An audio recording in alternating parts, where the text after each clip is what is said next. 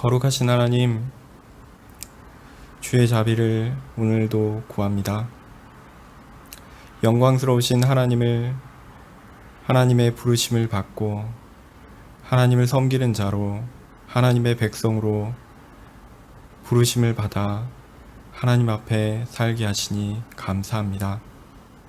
하지만 우리 자신을 돌이켜보면 그 영광스러우신 하나님에 비할 때 너무 가치 없고, 아니 오히려 그 영광스러우신 하나님의 영광을 흠이 되며 그 영광을 깎아내리는 우리임을 또한 보게 됩니다. 하나님, 안타까운 마음으로 하나님께 구합니다. 우리를 불쌍히 여겨 주시옵소서. 하나님, 하나님을 섬기는 일이 얼마나 고귀한 일이고 존귀한 일인지 이 시대를 통해 또한 깨닫게 됩니다. 하나님을 믿는 것이 얼마나 어려운 일이고 하나님께 나아오는 것이 얼마나 또 어려운 일이며, 참 세상의 모든 것들이 하나님을 섬기는 것에 반대할 때 우리가 어찌할 수 없어 두 손 들고 하나님의 은혜를 구할 수밖에 없음을 또한 고백할 수밖에 없습니다. 하나님, 이 시대에 하나님의 백성에게 은혜를 내려 주시옵소서. 주의 말씀을 듣는 일의 소중함을 더 깨닫게 해 주시옵소서. 주의 말씀을 사모하는 자들이 가득하게 도와 주시옵소서. 주님, 이 어려움의 때에 참 전염병을 주께서 속히 해결하여 주시고 없애주시고 다시 함께 모여 하나님께 예배드리며 성도의 교제를 나누는 귀한 일들을 허락해 주시옵소서.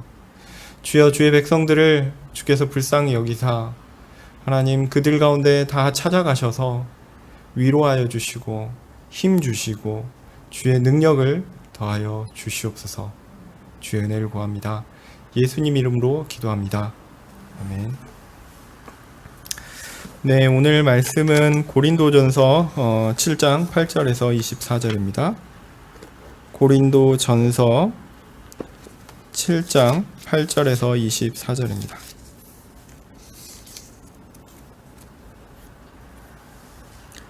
고린도전서 7장 8절에서 24절입니다. 제가 읽겠습니다. 내가 혼인하지 아니한 자들과 및 과부들에게 이르노니 나와 같이 그냥 지내는 것이 좋으니라. 만일 절제할 수 없거든 혼인하라. 정욕이 불같이 타는 것보다 혼인하는 것이 나으니라. 혼인한 자들에게 내가 명하노니 명하는 자는 내가 아니요 주시라.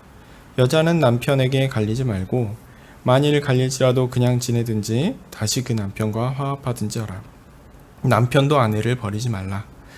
그 남은 사람들에게 내가 말하노니 이는 주의 명령이 아니라, 만일 어떤 형제에게 믿지 아니하는 아내가 있어 남편과 함께 살기를 좋아하거든 저를 버리지 말며, 어떤 여자에게 믿지 아니하는 남편이 있어 아내와 함께 살기를 좋아하거든 그 남편을 버리지 말라.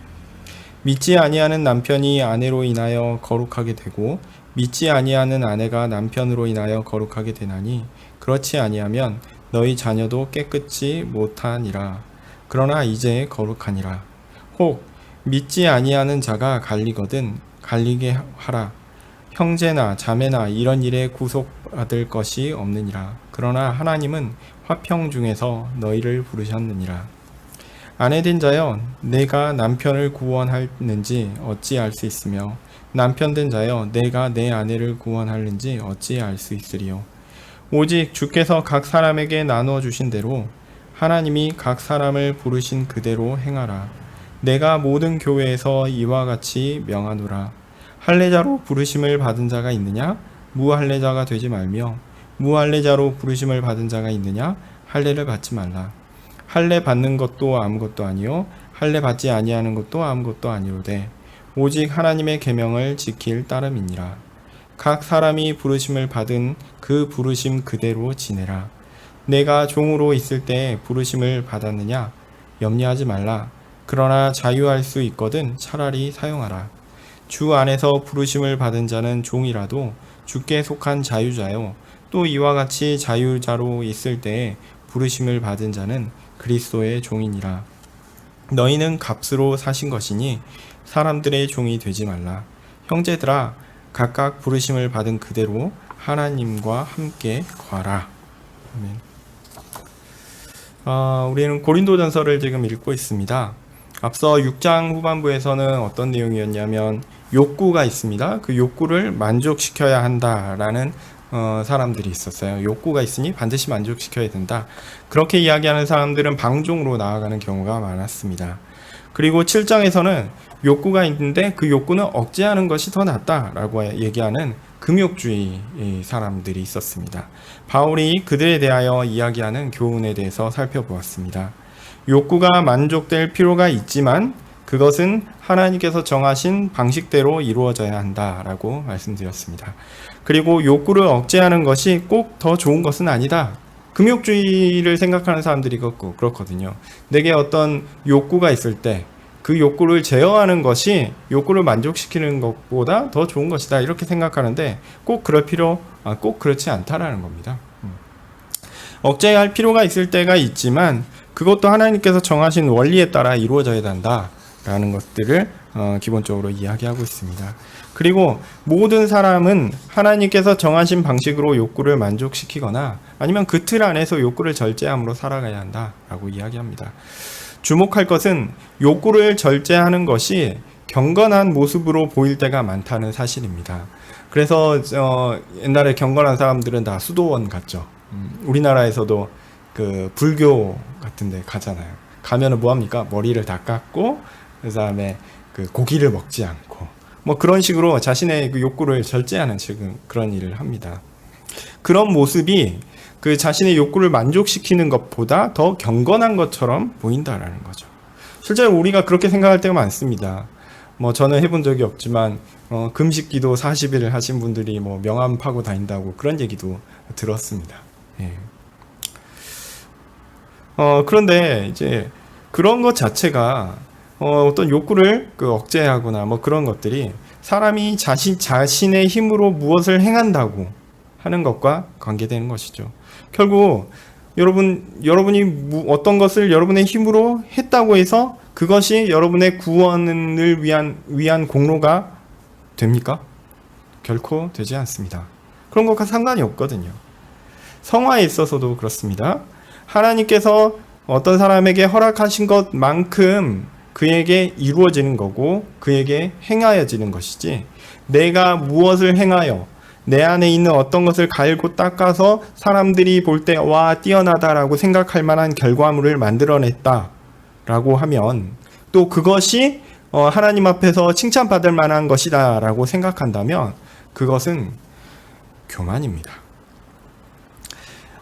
육적 욕구를 절제한다면서 결국은 자신의 영적 욕구를 만족시키는 그것입니다. 그러니까 결국은 육적 욕구는 제한하되 자신의 영적 욕구는 만족시키는 거죠. 그러면서 영적인 욕구가 육적인 욕구보다 더 높은 것이다. 이렇게 생각하는 개인적인 만족에 있는 것입니다. 그러니까 결국은 육적인 욕구를 하나님 주셨으니까 그 욕구를 만족시키는 것이나 자신이 그것을 바꿔가지고 영적인 욕구를 만족시키는 것이나 뭐 다를 게 있습니까? 뭐 더 좋은 게 있습니까? 이 부분에 대해서는 우리가 상당히 저를 비롯해서 상당히 편견이 사실은 깊이 있기 때문에 이 부분은 좀 구별하는 것이 필요하다고 생각합니다. 하나님은 각 사람에게 적절한 은사를 주셨습니다. 그래서 어떤 사람은 성적 욕구를 억제할 만한 금욕의 은사를 주셨어요. 그래서 그 사람은 결혼을 하지 않습니다. 그래 아무 문제 없어요. 그런데 반면에 어떤 사람은 결혼이라는 아름다운 관계를 갖도록 하나님께서 은사를 주셨어요. 그러니까 이것도 은사고 이것도 은사인 겁니다. 은사가 다른 거예요. 그러니까 이 은사가 금욕의 은사가 결혼의 은사보다 더 고귀하고 높은 것이다라고 생각하는 것이 이게 중세 사람들이거든요. 그거 아니다라는 겁니다. 불교도 그렇게 생각하잖아요. 그러니까 은사가 다른 것이지 어떤 은사가 다른 은사보다 낫다 이렇게 할 수 없다라는 겁니다. 물론 바울은 자신이 받은 은사에 관련하여 어떤 자신이 선호하는 바가 있을 수 있다라고 이야기합니다. 그러나 자신의 은사가 더 나은 것이다라고 강력하게 주장하지는 않습니다. 그런데 오늘 본문 제가 쭉 읽은 이 본문을 쭉 사람들이 보면서 해석하는 여러 사람들이 바울이 선호하고 바울이 주장하는 어떤 더 좋은 것이다라고 이야기하는 은사가 있다라고 얘기해요.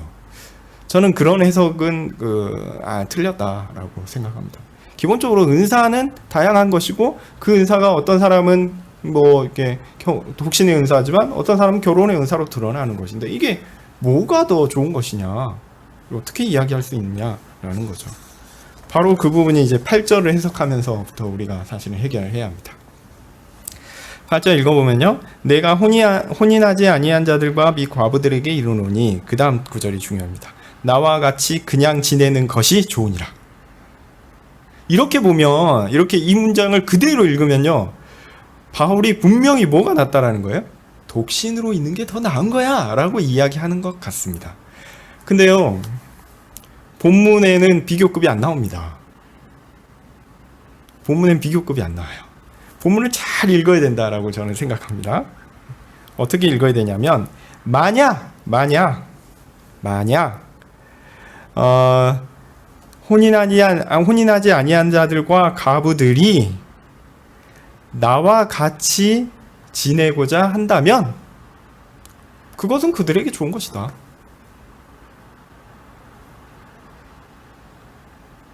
그러니까 혼자 지내고자 하는 사람이 있다면 그냥 그것은 좋은 거야.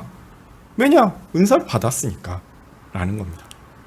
저는 이렇게 해석해야지 이거를 금욕주의를 더 선호하는 식으로 해석하는 거는 오해다 이런 식으로 이렇게 이해합니다. 근데 대부분의 해석하시는 분들이 이게 저와는 달리 해석해서 제가 좀 이거 어떻게 해야 되나 이제 망설이는 그런 생각이 있었는데, 하여튼 본문의 흐름을 볼 때 분명한 거는 바울이 어떤 은사가 더 뛰어난 것이고 어떤 은사가 더 좋은 것이고, 그리고 바울 자신이 선호하는 은사가 이것이 있고 그것을 다른 사람들이 강요하려고 하는 그런 것은 아니다라는 확신이 있어요. 그런 면에서 이 부분은 만약 미혼자들과 과부들이 나처럼 혼자 지낸다면 뭐 그건 좋은 거야, 이런 식으로 보는 것이 낫다라고 생각합니다. 그런 사람들은 바울과 같은 은사를 가진 사람들이에요. 그래서 바울과 같은 은사를 가진 사람들이 결혼하지 않고 혼자 지내는 거 좋은 거지. 이렇게 이야기하는 거죠. 그 다음에 9절입니다. 만일 절제할 수 없거든 혼인하라. 정욕이 불타는 것보다 혼인하는 것이 나으니라. 이것도 번역도 이렇게 번역을 해놓으면 이제 결혼하는 거는 정욕 때문에 결혼하는 거다, 이렇게 이해할 수 있잖아요. 그것도 좀 그렇잖아요. 성경에서 결혼을 무슨 정욕의 문제를 해결하기 위한 이렇게 해방구 쪽으로 이렇게 이야기한 적은 없거든요. 결혼은 정말 아름다운 겁니다. 네. 그래서 오늘 표현이 좀 강렬하긴 하지만 어쨌든 만일 절제할 수 없거든, 이 표현을 좀 더 다르게 생각하는 거죠. 어떤 사람은 금욕의 은사를 가졌다면, 독신의 은사를 가졌다면 그대로 있는 게 좋지. 근데 반대로 그런 은사를 가지지 않았다면 이런 식으로 해석해야 될 겁니다. 물론 이제 단어 자체는 절제하지 못한다면 이렇게 나오지만 그 표현 자체가 그러면 다른 은사를 가졌다면 이렇게 봐야 된다는 거죠. 결혼을 육정에 불타는 사람들이 하는 그런 부정적인 의미로 이해하는 것은 그렇게 바람직하지 않은 것 같습니다. 바울이 표현을 그렇게 강렬하게 썼다고 하더라도 이 부분이 너무 번역할 때 너무 강렬하게 되었던 것 같아요. 또 쓸데없이 좀 강렬하게 번역된 부분들도 있거든요, 분명히. 어쨌든 바울과 다른 은사를 가진 사람들에 대해서 이야기하는 겁니다. 그들은 결혼을 하면 됩니다. 그러니까 자신이 가진 은사에 따라서 살라고 바울은 이야기하는 겁니다. 독신의 은사를 가진 사람은 독신으로 살 것이요, 꼭 괜찮은 거야, 좋은 거야. 또한 그런 은사를 가지지 않은 사람들은 결혼할 것이요, 좋은 것이다 라는 겁니다. 무엇이 더 낫고 무엇이 더 나쁘다? 이런 말 하는 게 아니라 이 은사가 있으면 이렇게 하고 저 은사가 있으면 저렇게 하라 라는 거죠. 친구 따라 강남 간다는 말이 있습니다. 자신이 어떤 것을 가지고 있고 어떤 것에 적합한 사람인가를 알지 못하고 그냥 남이 하던 대로 가는 것, 그렇게 하면 안 됩니다.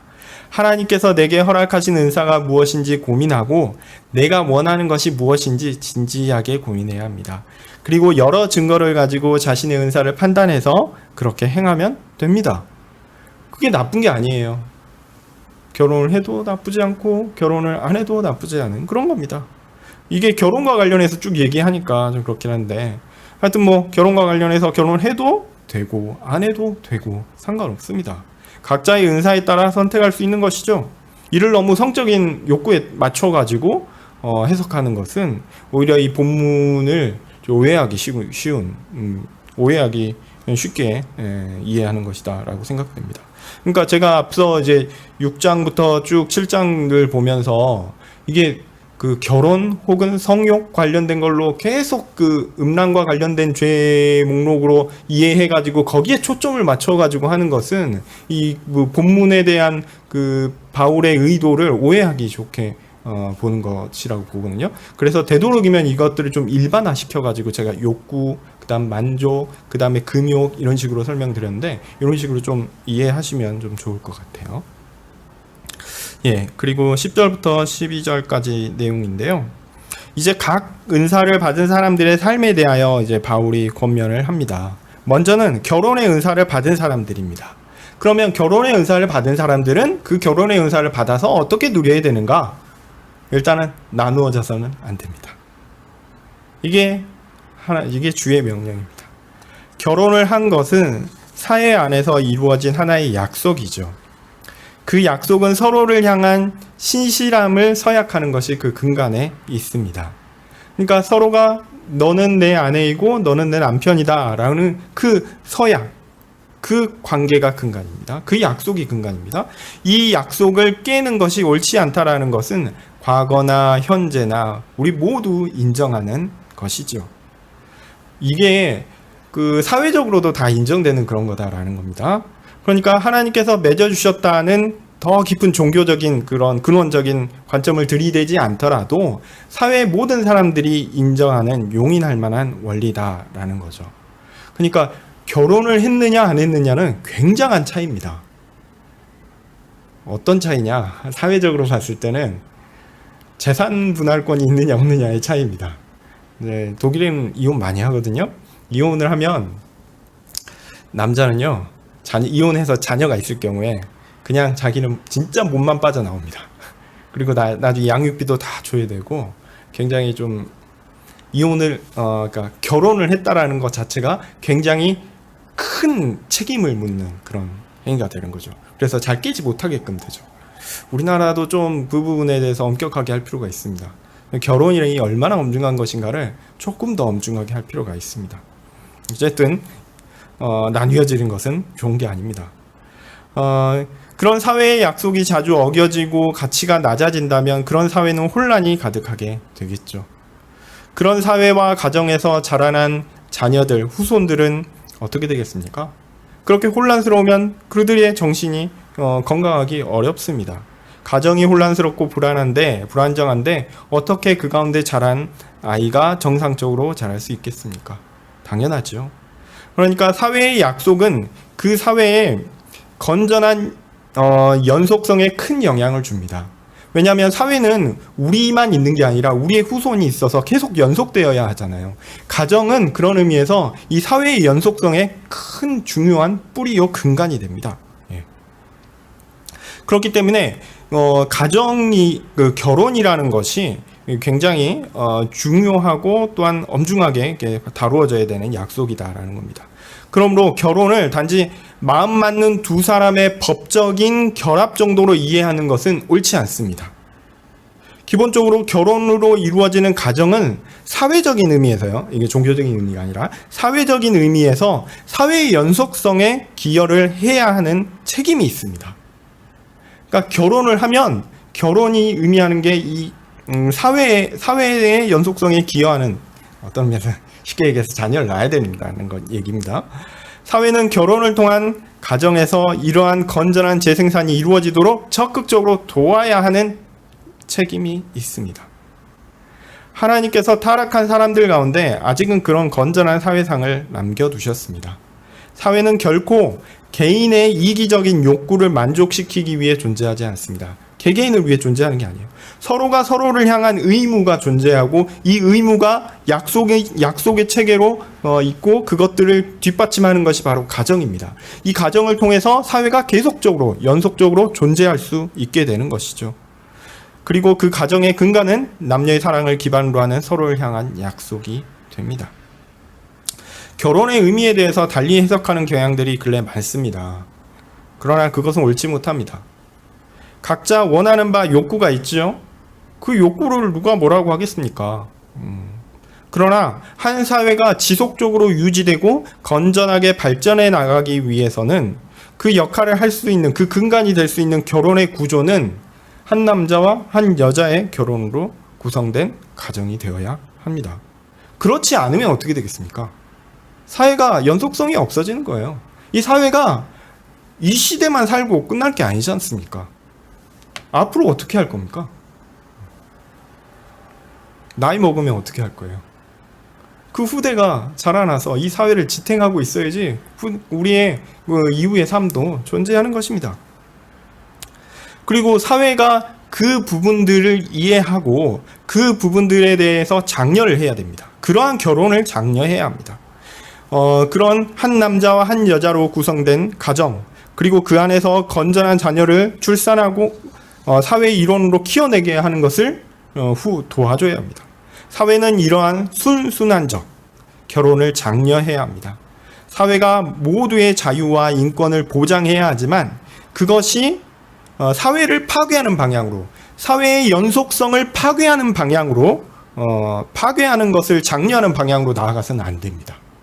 이 한 남자와 한 여자의 결혼 관계를 통해서 사회의 연속성이 이어지고 재생산이 이루어지고 사회의 구조가 탄탄하게 설 것인데, 그것을 부수는 방식으로 결혼은 꼭 그런 거 아니어도 돼 라고 하는 방식으로 나가면 안 된다라는 거죠. 일부러 기존의 사회 시스템을 유지하고 있던, 그리고 튼실하고 그 장래를 위하여 훨씬 보장성이 좋은 그런 사회적 기틀을 일부러 부술 필요가 없는 것입니다. 물론 이 이야기는 본문의 이야기와 좀 먼 이야기입니다. 하지만 제가 이렇게 말씀드린 이 내용은 제가 이렇게 성경적인 의미에서도 말씀드리지 않았고, 그냥 사회적인 의미에서 그냥 일반적으로 우리가 생각할 때 왜 가정이 남자와 여자로 이루어진, 한 남자와 한 여자로 이루어진 결혼이어야 되는가, 그것으로 가정이 이루어져야 되는가에 대한 일반적인 원리에 대해서 말씀드린 겁니다. 어쨌든 본문과 다른 좀 멀리 나간 이야기였고요. 다시 돌아옵니다. 바울은 이혼이 좋지 않은 일이니까 하지 말라고 합니다. 그러면 이혼하지 않으면 되네요. 이혼하지 마십시오. 그렇게 얘기하면 좋은데 우리네 현실은 사실 그렇게 단순하지가 않습니다. 우리네 삶이 꼭 그런 성경의 원리대로 이루어지지가 않았어요. 의도하지 않았는데 그렇게 되어버린 경우가 있어요. 이혼해버린 경우가 있어요. 아니, 그때는 열받아가지고 이혼을 했는데, 그냥 어쩔 수 없이 그렇게 되어버렸는데 이제는 더 이상 돌이킬 수 없는, 되돌릴 수 없는 경우도 있습니다. 또 고린도 교회 상황이죠. 이거는 고린도 교회 성도들이 가운데 이방인들이 많았을 텐데, 로마 사람들이 많았을 텐데요. 그들이 어른이 되어 성도가 된 경우, 그들 가운데 이미 이혼해가지고 따로따로 있는 경우가 있을 수 있습니다. 아니면 이혼을 여러 번 하거나 결혼을 여러 번 하거나 그런 경우도 있을 수 있죠. 또한 당시에는 이혼이 상당히 쉽고 흔한 것이었습니다. 그래서 이혼을 이미 여러 번 한 사람들도 있을 수 있습니다. 그런 사람들이 지금 교회에 와 있을 수도 있습니다. 그러니까 바울이 결혼은 아주 하나님 앞에서 좋은 것이고 꼭 지켜야 하는 것이니 이혼하지 마십시오, 이걸로 끝나면 당시 고린도 교회 성도들한테 이거 지금 어떻게 해야 되는 거지? 난 이미 이혼을 했는데? 이런 경우를 낳게 되는 거죠. 사실은 이제 우리 교회도 우리 교회가 아니라 우리 한국 사회에서도 이런 문제는 현실적인 문제가 됩니다. 근데 이게 말 그대로 적용하는 게 쉽지가 않아가지고 좀 생각해 볼 필요가 있을 것 같습니다. 어쨌든 우리가 과거로 돌아가 문제를 해결하거나 자신의 행동을 취소할 수 없기 때문에 이 이혼의 문제를 다루는 것은 상당히 어려운 문제입니다. 그런 경우에 바울의 권면은 이미 이혼한 경우에 억지로 다시 결혼할 필요는 없고 그냥 혼자 지내라 라고 합니다. 억지로 막 다시 결혼할 필요는 없다라는 거죠. 아니면 기존의 배우자와 합하는 것이 옳다라는 거죠. 그런데 현실상 기존의 예전의 배우자와 다시 합하는 일이 얼마나 가능하겠습니까? 그게 어렵습니다. 드라마 같은 곳에서나 가능하지 현실은 정말 어려운 것 같아요. 네. 다 이게 그리스도인이고 또 경건한 사람들이고 성품이 이렇게 온화한 사람들 같지만 각자의 삶의 자리에서 각자의 부딪히는 자리에서는 그 안에 있는 게 다 드러나잖아요. 그렇게 할 때 다시 한번 그 사람과 그런 고통의 자리에 함께하고 싶지 않다. 이런 생각을 할 수도 있습니다. 그런 사람들은 그냥 혼자 있는 게 낫다라고 이야기하는 것이죠. 그러니까 애초에 그런 일이 없도록 하는 게 먼저입니다. 우리가 어렸을 때부터 신앙을 알고 교회 안에 성장하면서 건전하게 신앙생활을 하고 성품을 닦고 그래서 그런 이혼이라는 그런 좋지 않은 것에 발을 담궈서는 안 된다라는 거. 그게 먼저입니다. 하여튼 아내는 남편에게서 벗어나려 하지 말고 남편은 아내를 버리지 말아야 한다라고 이야기합니다. 물론 극단적인 경우가 있습니다. 항상 있습니다. 성경에도 그래서 이제 이혼을 허락하는 경우가 있죠. 부부가 서로의 의무를 완전히 저버리고 완전히 한 사람을 그냥 버려버리는 경우가 있어요. 또한 간음의 범죄를 통해서 부부의 신의가 완전히 깨뜨려져 버리는 그런 경우가 있습니다. 그래서 도저히 부부관계를 유지할 수 없는 상황이 있을 수 있습니다. 그런 경우에 성경이 이혼을 허락하고 있습니다. 그런 상황은 부정하는 것이 아닙니다. 그러나 그런 극단적 상황이 아닌데도 불구하고 서로 헤어지고 이혼하는 경우가 우리 주변에 너무 많이 있습니다. 기억하십시오. 옳지 않습니다. 옳지 않습니다. 이렇게밖에 얘기할 수 없을 것 같아요. 현실이 너무 복잡해서 저는 그런 상담을 해본 적은 없지만 그런 상담을 하면 진짜 이혼하는 게 나을 것 같은 이혼하시는 게 좋겠습니다. 이렇게 답을 할 수밖에 없는 그런 상황이 올지도 모르겠습니다. 그렇지만 마음 한가운데 그래도 이혼은 아닙니다. 하나님이 맺어주셨으니까 아닙니다. 이걸 우리가 붙들어야 됩니다. 이게 믿음이고 이게 마지노선이에요. 더 이상 물러설 수 없는 이게 하나님의 자비가 필요합니다. 우리 모두가 그런 어떤 마지막 벼랑 끝에 몰리지 않기를 간절히 소망합니다. 행복한 가정이 모두에게 있기를 간절히 소원합니다. 13절 14절로 넘어가면요, 이런 이야기를 하다가 보면 결혼 문제에 있어서 이 결혼이 단지 그냥 결혼하는 게 좋지, 그리고 결혼을 하나님 앞에서 하는 것이지, 이게 헤어지면 안 되는 거야, 단지 그걸로 끝나지 않고 이게 결혼한 남편과 아내 사이의 신앙 문제와 이 문제가 관련되어 있는 사항들이 있다라는 것을 바울은 바로 인지하고 거기에 대하여 이야기합니다. 그러니까 남편과 아내 둘 중에 한 명만 신앙이 있는 경우입니다. 아내가 신앙이 있고 남편이 신앙이 없는데 남편이 아내와 계속 살고자 하면 어떻게 해야 됩니까? 남편을 버리면 안 됩니다. 반대의 경우도 그렇습니다. 자, 그리고 여기에서 어려운 구절이 등장하는데요. 14절에 보면 믿지 않는 남편이 그러니까 이게 짧게 제가 해설하고 넘어갔는데, 그냥 믿지 않는 아내가 있든 믿지 않는 남편이 있든 당신이 예수님 믿는다고 해서 나랑 헤어지는 거는 별로야, 나는 같이 살고 싶어, 얘기하면 그냥 같이 살면 됩니다. 이거 고민하지 말라는 거예요. 그 다음에 14절에 보면 믿지 않는 남편이 아내로 거룩하게 되고 믿지 않는 아내가 그 남편으로 거룩하게 된다, 이 표현이 있죠. 이 부분이 사실 조금 어려운데요. 그러니까 둘 중 한 명만 믿으면 그 배우자가 거룩하게 되어서 어쩌다는 거죠? 거룩하게 되어서 그 배우자가 구원을 받게 됩니까? 한 명만 믿으면 되는 겁니까? 그러니까 참 어렵죠. 우리는 부부가 서로를 전도하여 함께 신앙생활하는 예들을 많이 봅니다. 그런 경우를 이야기하는 것입니까? 그런데 그렇지 않은 경우도 많이 있습니다. 정말 열심히 남편을 전도하고 정말 열심히 아내를 전도하려고 했는데 안 되는 경우가 있어요. 어쩔 수 없이 있습니다. 저는 이제 이 부분은 거룩하게 된다라는 표현이 그 남편이나 아내의 개인에 대한 것이라기보다는 가정과 관계된 것으로 이해하는 것이 낫다라고 생각됩니다. 그러니까 이제 문자 그대로 이렇게 단어 어구를 하나하나 해서 분석해가지고 보기보다는 좀 맥락을 가지고 조금 이해하시는 게 낫겠다 생각이 드는데요. 그러니까 부부 중 한 사람이 구원을 받으면 그 가정은 거룩한 가정이 됩니다. 그래서 거룩한 가정에서 태어난 자녀도 거룩한 자녀가 되는 것입니다. 우리가 세례를 줄 때 어떤 아이를 유아 세례를 주죠? 부모들 중에 둘 다 믿어야 됩니까? 아니죠. 한 명만 믿으면 됩니다. 그러면 그 자녀는 거룩한 자녀다라고 믿어요. 왜냐하면 하나님께서 그 가정을 한 명의 신앙으로 인해서 그 가정을 거룩하게 하신다라고 믿기 때문입니다. 그러니까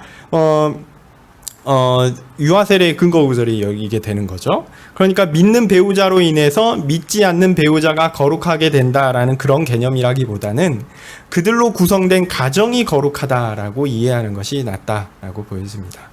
거룩한 가정의 구성원이 되니까 당연히 그들도 거룩해진다라고 할 수 있겠죠. 그렇게 표현할 수 있는 겁니다. 거룩한 집에 같이 있는 겁니다. 근데 그 사람은 구원받지 못한 상황이 있는 거죠. 이게 아이러니지만 그런 상황이 있을 수 있다는 거죠. 그러나 이것이 그들의 구원과 직접 관계될 수는 없습니다. 믿지 않는 사람들은 어떻게 해야 됩니까? 어떻게 해야 구원을 얻습니까? 자신이 그리스도를 믿어야지 구원을 얻을 수 있습니다. 개인의 신앙이 중요합니다. 15절로 넘어가겠습니다. 지금까지는 이제 좋은 경우만 살핀 거고요.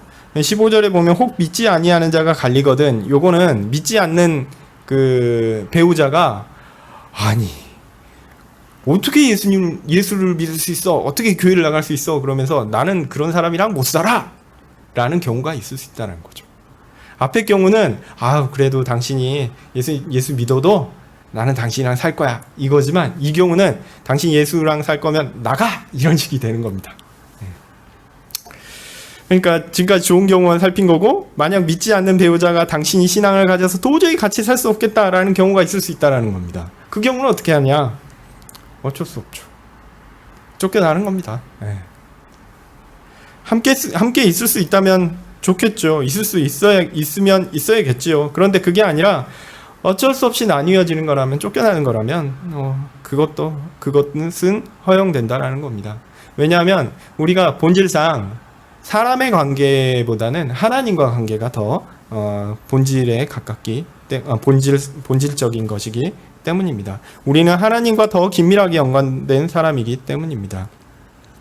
그런데 옛날에야 이 로마 시대야 이혼이 쉽고 또 신앙에 반하는 것을 강하게 요구하는 일이 많았기 때문에 이런 경우가 있다라고 할 것입니다. 근데 요즘에는 제가 보기에 이런 경우는 거의 없는 것 같아요. 없을 것 같아요.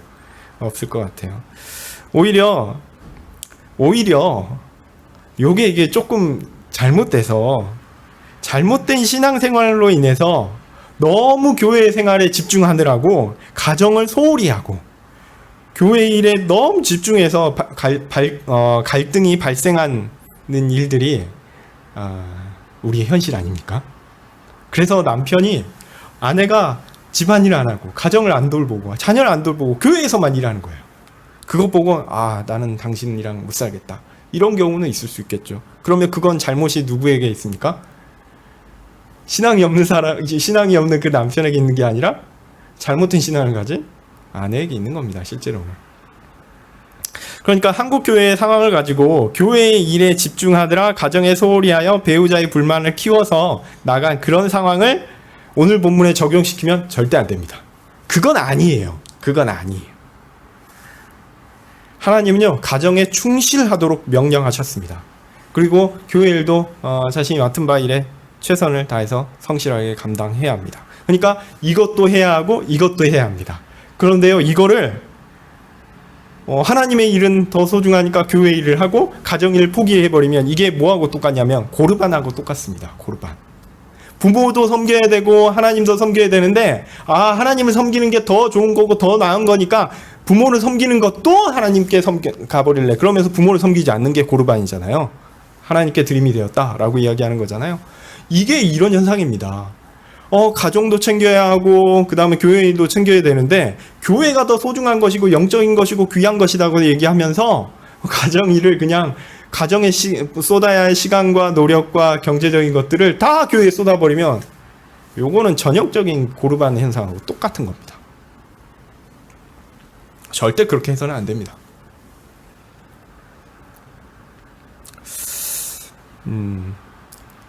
코로나19가 이런 오해를 가지고 있는 많은 성도들에게 가정을 다시 찾는 좋은 계기가 되었는지 모르겠습니다. 가정에 충실하도록 그 코로나19를 통해서 많은 교훈을 얻었는지 모르겠습니다. 어쨌든 이렇게 해서는 안 됩니다. 자, 16절로 넘어갑니다.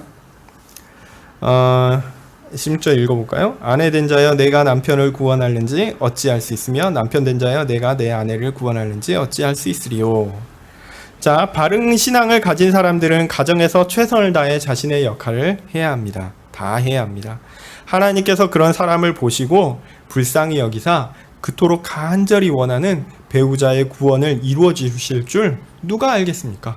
그러니까 최선을 다해서 가정과 신앙의 노력을 해야 될 것입니다. 하나님께서 이 일을 이루어 주시리라 믿고 간구해야 할 것입니다. 자, 이렇게 해서 어느 정도 단락이 나눠지는데요. 17절 보면 오직 주께서 각 사람에게 나눠주신 대로 하나님이 각 사람을 부르신 그대로 행하라 이렇게 하면서 좀 주제가 변경됩니다. 그래서 이 부분에서는 좀 단락을 좀 나눌 필요가 있다라고 보여집니다. 그래서 앞선 이야기를 좀 정리해 볼게요. 결혼의 은사를 가진 사람들이 현실에서 겪는 다양한 삶의 모습들을 제시하고 있습니다. 그리고 그 은사를 어떻게 합당하게 적용할 것인가를 제시하였습니다. 이제 17절부터는 이런 은사에 대한 일반적인 내용들을 좀 포괄적으로 이야기하고 설명하고 있습니다. 그리고 그 결론이 뭐냐면요. 24절 마지막에 형제들아 각각 부르심을 받은 그대로 하나님과 함께 거하라 라는 겁니다. 그러니까 각자 부르심 받은 것대로 그대로 있으라 라는 거죠. 이 안에서 하나님 곁에 머물러 있으라. 하나님께 받은 은사를 그대로 누리라는 것입니다. 하나님께서 달리 주신 것을 다르게 사용하며 각자에게 하나님께서 허락하신 그 모습 그대로 살아가라 라고 이야기합니다. 자, 은사가 무엇인지 여기서 우리 오늘 본문에 보면 각 사람에게 나눠주신 대로 그리고 각 사람을 부르신 그대로 뭐 이렇게 얘기하는데요. 그러니까 다 은사하고 거의 비슷한 그 의미라고 이해하시면 좋겠습니다. 자, 은사는 무엇입니까? 하나님께서 주신 것입니다. 이 은사를 앞서 있는 구절들은 좀 좁게 해석했어요. 좁게 성적인 욕구하고 비교했던 것이죠. 근데 그것을 이제 바울은 좀 확장시킵니다. 좀 일반화시킵니다. 하나님께서 각자 주신 삶의 자리를 은사라고 부르기까지 합니다. 그러니까 앞에는 이제 욕구와 관련된 것이라고 하면 이제는 삶의 조건까지도 하나님께서 주신 은사다라고 이야기하는 것입니다. 자, 18절에서는 이제 할례자가 나오는데요. 할례자는 누굴 가리키냐면 유대인을 가리키는 것입니다. 그러니까 유대인으로 태어나 그리스도인이 되었다라고 하면 그는 억지로 유대인이 아닌 것처럼 살 필요가 없습니다. 그가 유대인으로서 입던 옷 그대로 입고 그 다음에 그가 유대인의 풍습대로 해왔던 것들 뭐 그게 나쁜 게 아니면 그냥 그대로 할 수 있습니다.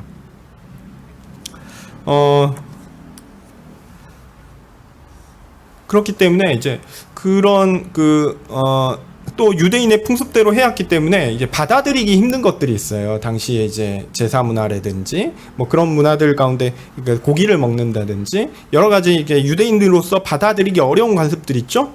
그런 거 그냥 안 하면 됩니다. 안 하면 됩니다. 그것이 그가 받은 은사입니다. 또 유대인이 아닌 사람들은 유대인들 보고 부러워할 필요가 없습니다. 일부러 유대인이 되려고 노력할 필요가 없습니다. 할례를 할 필요도 없고요. 그들의 관습을 따라갈 필요도 없습니다. 하나님께서 법으로 완전히 명백하게 금하신 그 죄들을 범하지 않으면 그만입니다. 이것이 그들의 은사입니다. 서로의 삶의 모습이 다를 수 있습니다. 옳고 그름의 문제가 아니라 문화의 차이로 인해서 서로의 선호가 다를 수도 있어요. 누구는 이걸 좋아하고 누구는 이걸 좋아하고 그럴 수 있습니다. 이제 그래서 19절의 말씀이 나오는데요. 중요한 것은 할래냐 무할래냐가 아니라 하나님의 법을 지키는 것이다 라는 것이죠.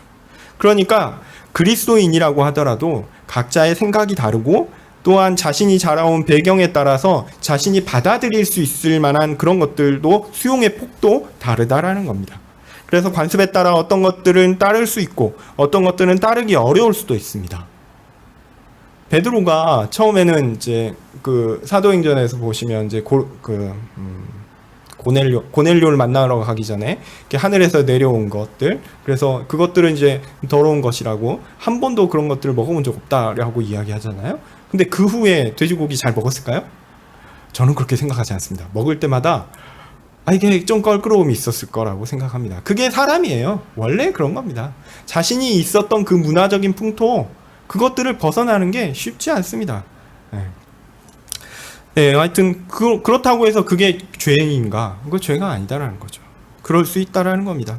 자신이 자라온 그 문화적 그 배경, 그것들을 인정하는 것은 그렇게 나쁜 일이 아닙니다. 그리스도인이라고 해서 하더라도 뭐 사람들이 생각이 다르고 관습이 다를 수 있다라는 거죠. 그런 문화적 차이는 원래 존재하는 것입니다. 하나님께서 그런 문화에 그 사람을 두신 것입니다. 이것은 옳고 그름의 문제가 아닙니다. 그 사람이 구원받고 구원받지 못하느냐를 가르는 그 기준이 아니다라는 거죠. 유대인이라고 해서 하나님 나라에 더 가깝습니까? 이렇게 생각하시는 분들이 있는데요. 그렇지 않습니다. 그렇지 않습니다. 할례를 받았다고 해서 그가 하나님 나라에 더 적합한 사람입니까? 그런 의미도 아닙니다. 하나님께서 주신 은사는요, 그 사람에게 주어 주신 것일 뿐, 그것이 그 사람을 특별하게 만들어주는 것이 아닙니다. 인간 사회에서는 그럴 수 있죠. 좀 더 키가 크고 다리가 길게 태어나면 달리기를 잘하겠죠. 그래서 육상 선수로서 성공할 수 있고 또 스포츠 스타가 될 수도 있겠죠. 어떤 사람은 노래를 잘하는 것으로 태어나서 노래를 잘함으로 스타가 될 수도 있겠죠. 돈을 많이 벌 수 있겠죠. 근데요, 그것이 그 사람의 구원에 있어서 어떤 역할을 합니까? 그 사람이 하나님 앞에서 살아가는 데 있어서 그것이 절대적인 어떤 것이 됩니까? 그 사람이 노래를 잘하니까, 달리기를 잘하니까 하나님이 그를 더 높게 보시고 좋게 보시고 구원에 가깝게 보십니까? 그런 건 아니죠. 하나님께서 주신 은사는 그 사람에게 주어진 것입니다. 그렇기 때문에 그냥 그 사람에게 주어진 것이지 그것 자체가 그 사람이 어떤 뛰어나거나 그 사람이 어떤 특별하거나 하는 것이 아닙니다. 오히려 특별하다면 하나님께서 모든 사람에게 달리 주신 그 모든 은사에 따라 그 모든 은사가 다 특별한 것이죠. 그렇게 은사를 받은 사람은 자신의 자리에서 하나님의 부르심을 따라 하나님께 돌아오면 되는 것입니다. 하나님께서 그에게 주신 대로 그가 그것을 누리며 살아가면 되는 것입니다. 그가 알아야 할 것은 자신에게 주어진 환경과 상황과 인식과 문화가 자신을 구원하며 자신을 하나님의 백성으로 만드는 것이 아니라 오직 예수 그리스도만이 자신을 구원하며 자신을 하나님의 백성으로 이끄신다라는 것입니다. 우리가 앞에서부터 쭉 봐왔던 고린도전서의 내용들을 생각해 보십시오. 분파가 있을 때 이 분파적인 것들이 의미하는 건 뭐냐면 예수 그리스도와 성도들 사이에 그 사람들을 갖다 끼워버리는 거예요. 그것들을 할 때 고린도전서에서 바울이 쭉 이야기했던 건 뭡니까? 그 가운데 있는 거 다 필요 없고 오직 예수 그리스도만 붙잡아야 된다는 겁니다. 오직 예수 그리스도만 의지하는 것이 참 하나님의 백성들이 가져야 할 자세다라는 것이죠. 고린도 교회의 여러 분파들이 이런 출신, 문화 등의 특성의 차이로 인해서 문제가 발생했을지 모르겠습니다. 그러면서 이런 현상에 대해서 바울은 뭐라고 얘기하냐면 그런 차이는 아무것도 아니다라는 거죠. 중요한 것은 그 모든 차이에도 불구하고 오직 하나님의 법을 따르는 것이 중요하다라는 것입니다. 하나님을 사랑하고 이웃을 사랑하는 가운데 모든 일을 항상 행하도록 노력해야 합니다. 그러면 다른 것은 중요하지 않습니다. 내가 어느 곳에 있는가? 내가 누구인가? 그것이 하나님 앞에서 나 자신을 결정하는 것이 아닙니다. 다른 것은 중요하지 않습니다. 물론 이때 이제 오해하지 마실 것은, 물론 다른 사람을 걸려 넘어지게 하는 일이 있을 수 있습니다. 그런 일은 우리가 하나님 사랑하고 이웃을 사랑하는 자세에서 그런 일을 행하는 것은 옳지 않습니다. 조심해야지요. 그렇지만 내가 넘어질 것 같으니까, 내가 이런 부분들이 좀 걸리니까 나 걸려 넘어지지 않게 조심해. 이런 식으로 말하는 것은요, 사실 협박입니다. 자신이 내가 정말 속 좁은 사람이다라는 것을 드러내는 것입니다. 그러니까 좀 모든 일에 있어서 나와 타인의 관계에 있어서 그 사람이 나에게 어떤 해를 끼치거나 아니면 그 사람이 나에게 뭔가를 한다, 그런 어떤 방어적인 자세를 가지시지 마시고, 내가 하나님 앞에서 어떻고 내가 그 사람을 위해서 어떻게 할 건가라는 그런 표현이 이상하지만 나 중심적인 사고를 하시는 게 맞습니다. 그 사람이 나에게 행할 것, 그 사람이 나에게 어떤 반응할 것, 거기보다는 내가 하나님 앞에서 그 사람을 위하여 어떻게 행할 것, 거기에 초점을 맞추시는 것이 옳은 것입니다. 자, 이어지는 내용들을 보면 좀 충격적인 것이 있습니다. 하나님께서 은사로 주신 것 중에는요, 신분에 해당되는 것도 있습니다. 어떤 그리스도인들은 사회적 신분으로 따질 때 종입니다. 종이에요. 이것도 은사예요. 정말 이해할 수 없지만. 그들은 누군가에게 메인 존재로 자유롭지 않습니다. 그런데 바울은 그들에게 뭐라고 얘기하냐면 염려하지 말라라고 얘기합니다.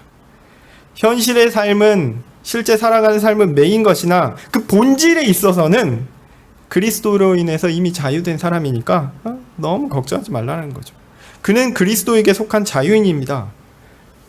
그러니까 자신이 맡은 바 종이지만, 사회적 신분으로는 종이지만 그 종의 신분에 맞게 그냥 주어진 대로 해야 할 일을 하면서 살아가라는 것이죠. 자유인도 그리스도인에게 속했다라는 의미에서 종과 다르지 않습니다. 왜냐하면 그리스도께 속했고 그리스도로 인해서 어떤 의미에서는 속박되고 그리스도께 순종해야 되기 때문에 그렇죠. 그러니까 그 종과 사회적 신분의 종이나 이제 사회적 신분의 자유인이나 그리스도 안에 있어서는 똑같기 때문에 그런 것들로 인해서 너무 이렇게 염려하지 말라라고 이야기합니다. 그리스도께서 자신의 핏값으로 사신 귀한 사람들이기 때문에 그렇습니다. 그러므로 비록 사회적 신분이 종이라고 하더라도 자신을 사람의 종으로 제한해서는 안 됩니다. 오히려 하나님께서 내가 비록 사회적 신분은 종이지만 하나님께서 나를 그 신분에 맞게 맡기신 일이 있다라는 것을 알고 자신에게 맡겨진 일을 성실하게 해야 합니다. 바울은 그렇게 24절에서 다시 결론을 내립니다. 하나님께서 주신 은사는 욕구 제어와 관련되어 있는 것처럼 보이지만 그것은 결코 좋고 나쁨이 아니라 다름의 문제라는 겁니다. 어떤 사람은 욕구를 억제할 만한 자유가 있고 어떤 사람은 욕구를 만족시키는 자유가 있어요. 이건 다 은사입니다. 이 사람은 이런 은사가 있고 이런 은사가 있어요. 이 은사가 이 은사보다 뛰어나거나 나쁘거나 뭐 그런 의미가 아닙니다. 그냥 하나님께서 그대로 주신 거예요. 사회적 신분도 그렇고요. 그 다음에 인종도 그렇습니다. 어떤 사람은 유대인이고 어떤 사람은 헬라인이고 어떤 사람은 한국 사람이고. 쓸데없는 얘기를 하자면 요즘에는 한국 사람으로 태어난 것이 자랑스럽습니다. 다행이다 싶습니다. 제가 만약에 미국에 살고 있었다면 코로나 때문에 상당히 고민이 많았을 것 같습니다. 뭐 이런 거죠. 네. 하나님께서 누구는 한국 사람이 되게 하시고 누구는 미국 사람이 되게 하시고 그렇다는 겁니다. 이게 부러워할 거인가요? 뭐 부러워할 상황이 있으면 뭐 부러워할 필요도 있겠지만 감사한 거는 이제 우리가 복음을 자유롭게 전파하고 들을 수 있는 곳에 있으니 참 감사하죠. 그렇지 않은 곳에 있었으면 참 안타깝다 이런 생각을 하지만 어쨌든 하나님께서 각 사람에게 주신 자리가 있습니다.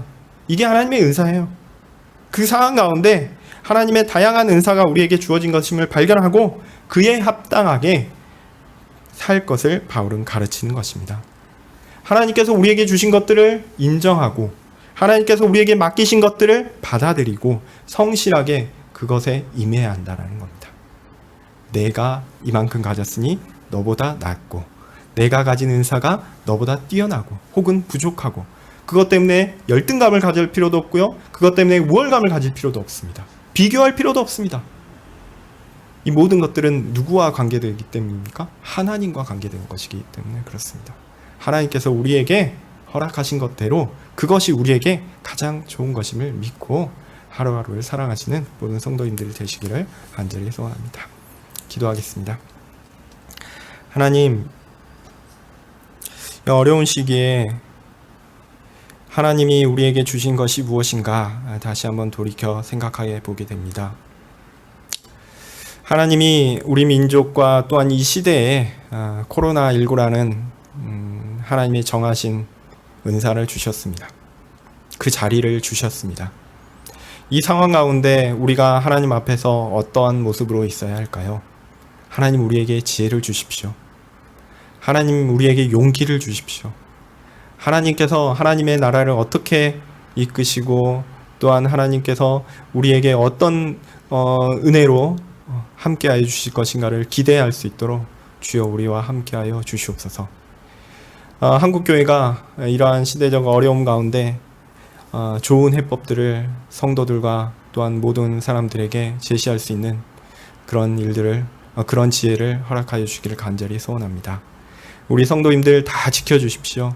건강으로 지켜주시고 참 모든 생업에 있어서도 큰 어려움이 없도록 도와주시고 어려움을 당한 자들은 그 어려움을 극복하고 또한 하나님 주시는 위로를 얻을 수 있도록 주께서 은혜 베풀어 주시옵소서. 주님, 각자의 자리에서 하나님 주시는 은사에 따라 성실하게 살 수 있도록 하나님 앞에서 멋진 그리스도인으로서 살 수 있도록 주께서 힘 주시기를 간절히 소원합니다. 예수님 이름으로 기도합니다. 아멘. 하늘에 계신 우리 아버지여, 이름이 거룩히 여김을 받으시오며 나라의 임하옵시며 뜻이 하늘에서 이룬 것 같이 땅에서도 이루어지이다. 오늘날 우리에게 일용할 양식을 주옵시고 우리가 우리에게 죄 지은 자를 사하여 준 것 같이 우리 죄를 사하여 주옵시고 우리를 시험에 들게 하지 마옵시고 다만 악에서 구하옵소서. 대개 나라와 권세와 영광이 아버지께 영원히 있사옵나이다. 아멘.